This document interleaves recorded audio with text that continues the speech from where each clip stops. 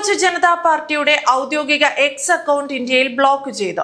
Instagram ഫോളോവേഴ്സിന്റെ എണ്ണത്തിൽ ഭരണകക്ഷിയായ ഭാരതീയ ജനതാ പാർട്ടിയെ മറികടന്ന മണിക്കൂറുകൾക്കകമാണ് ഈ ഇടപെടൽ എന്നത് രാഷ്ട്രീയ വൃത്തങ്ങളിൽ വലിയ ചർച്ചയാണ്. കാര്യങ്ങൾ പറഞ്ഞു പോകുന്ന കൂട്ടത്തിൽ വളരെ നിസ്സാരമായാണ് സുപ്രീം കോടതി ചീഫ് ജസ്റ്റിസ് സൂര്യകാന്ത് ഇന്ത്യയിലെ തൊഴിലില്ലാത്ത യുവാക്കളെ പാറ്റകളോട് ഉപമിച്ചത്.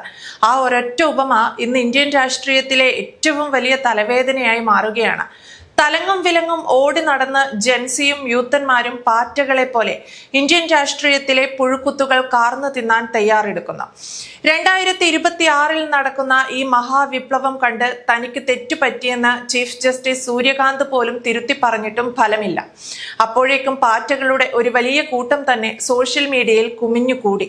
X account മരവിപ്പിച്ചു. പലതവണ ഇൻസ്റ്റഗ്രാം ഹാക്ക് ചെയ്യാനുള്ള ശ്രമം നടക്കുന്നു. കോക്രോച്ച് ജനതാ പാർട്ടി BJPക്ക് നൽകുന്ന സമ്മർദ്ദം ചെറുതല്ല. ഇതിനോടകം 14.5 മില്യൺ ഫോളോവേഴ്സ് ആണ് ഈ പാറ്റ പാർട്ടിക്ക് ലഭിച്ചത്. അതായത് ഇന്ത്യയിലെ മറ്റൊരു രാഷ്ട്രീയ പാർട്ടിക്കും ലഭിക്കാത്ത വലിയ പിന്തുണ. ഒരു പുതിയ ഡിജിറ്റൽ മുന്നേറ്റമാണ് കോക്രോച്ച് ജനതാ പാർട്ടി എന്ന CJP കാഴ്ചവെക്കുന്നത്. അഭിജിത് ദീപ്കെ എന്ന CJP സ്ഥാപകൻ ഒരുപാട് യുവാക്കൾക്ക് പ്രചോദനമാണ്. ഒരു കൂട്ടം യുവാക്കളുടെ ശബ്ദമാണ്. വിദേശത്ത് ജോലിക്കായി അപേക്ഷിച്ചുകൊണ്ടിരിക്കുന്ന അഭിജിത്ത് രാജ്യത്തെ യുവാക്കൾക്കെതിരെ ഉയർന്ന സുപ്രീം കോടതി ചീഫ് ജസ്റ്റിസ് സൂര്യകാന്തിന്റെ പരാമർശത്തിൽ പ്രതിഷേധിച്ചാണ് ഈ പേരിൽ ഒരു സോഷ്യൽ മീഡിയ പേജ് ആരംഭിക്കുന്നത്. 4 ദിവസങ്ങൾക്കകം ഇൻസ്റ്റഗ്രാമിൽ 14 ദശലക്ഷത്തിലധികം ഫോളോവേഴ്സിനെയാണ് കോക്രോച്ച് ജനതാ പാർട്ടി സ്വന്തമാക്കിയത്. ഇതോടെ ഭരണകക്ഷിയായ ഭാരതീയ ജനതാ പാർട്ടിയുടെ 8.7 മില്യൺ ഫോളോവേഴ്സ് എന്ന ഇൻസ്റ്റഗ്രാം റെക്കോർഡിനെ CJP മറികടന്നു. നിലവിൽ 13.2 ദശലക്ഷം ഫോളോവേഴ്സ് ഉള്ള കോൺഗ്രസിനെയും മറികടന്നു.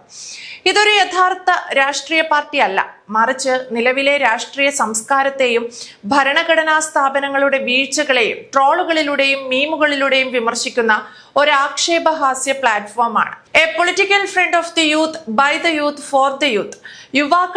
യുവാക്കൾക്ക് വേണ്ടിയുള്ള യുവാക്കൾ നയിക്കുന്ന രാഷ്ട്രീയ മുന്നണി എന്നാണ് ഇവർ സ്വയം വിശേഷിപ്പിക്കുന്നത്.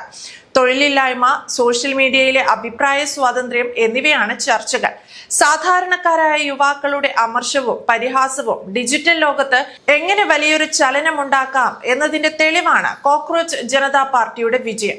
യുവജനങ്ങളുടെ പങ്കാളിത്തത്തോടെ സോഷ്യൽ മീഡിയയിൽ തരംഗമായി മാറിയ ഈ പരിഹാസ രാഷ്ട്രീയ പ്രസ്ഥാനത്തിന്റെ അക്കൗണ്ട് ഇന്ത്യയിൽ അപ്രത്യക്ഷമായ വിവരം പാർട്ടി സ്ഥാപകൻ അഭിജിത് ദീപ്കെ തന്നെയാണ് സ്ക്രീൻഷോട്ട് സഹിതം പുറത്തുവിട്ടത്.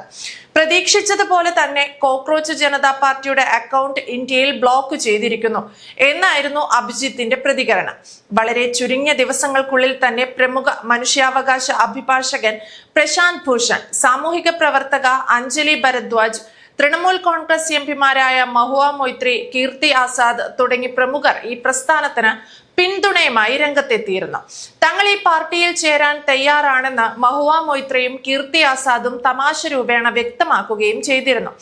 ജുഡീഷ്യറിയിലെ പ്രീണനം അവസാനിപ്പിക്കണമെന്ന് തുടങ്ങി 5 മാനിഫെസ്റ്റോ പാർട്ടി മുന്നോട്ട് വയ്ക്കുന്നുമുണ്ട്. കഴിഞ്ഞ കുറച്ചു കാലമായി ബംഗ്ലാദേശ്, ശ്രീലങ്ക, നേപ്പാൾ തുടങ്ങിയ അയൽ രാജ്യങ്ങളിൽ വലിയ രീതിയിലുള്ള യുവജന പ്രസ്ഥാനങ്ങളും ഭരണമാറ്റങ്ങളും നടന്നിരുന്നു.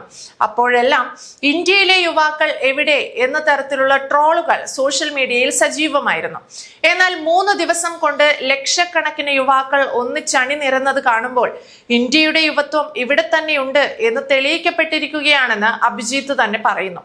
ഇതൊരു തരംഗമോ വെറുമൊരു ട്രെൻഡോ അല്ല, മറിച്ച് വർഷങ്ങളായി ഉള്ളിൽ കിടക്കുന്ന കനലുകളുടെ ആളിക്കത്തലാണ്. പരമ്പരാഗത രാഷ്ട്രീയ പാർട്ടികളിൽ നിന്നും വ്യത്യസ്തമായി കടുത്ത ചില ആവശ്യങ്ങളാണ് കോക്രോച്ച് ജനതാ പാർട്ടി തങ്ങളുടെ വെബ്സൈറ്റിൽ മുന്നോട്ട് വച്ചിരിക്കുന്നത്. അതായത് അവരുടെ 5 മാനിഫെസ്റ്റോ.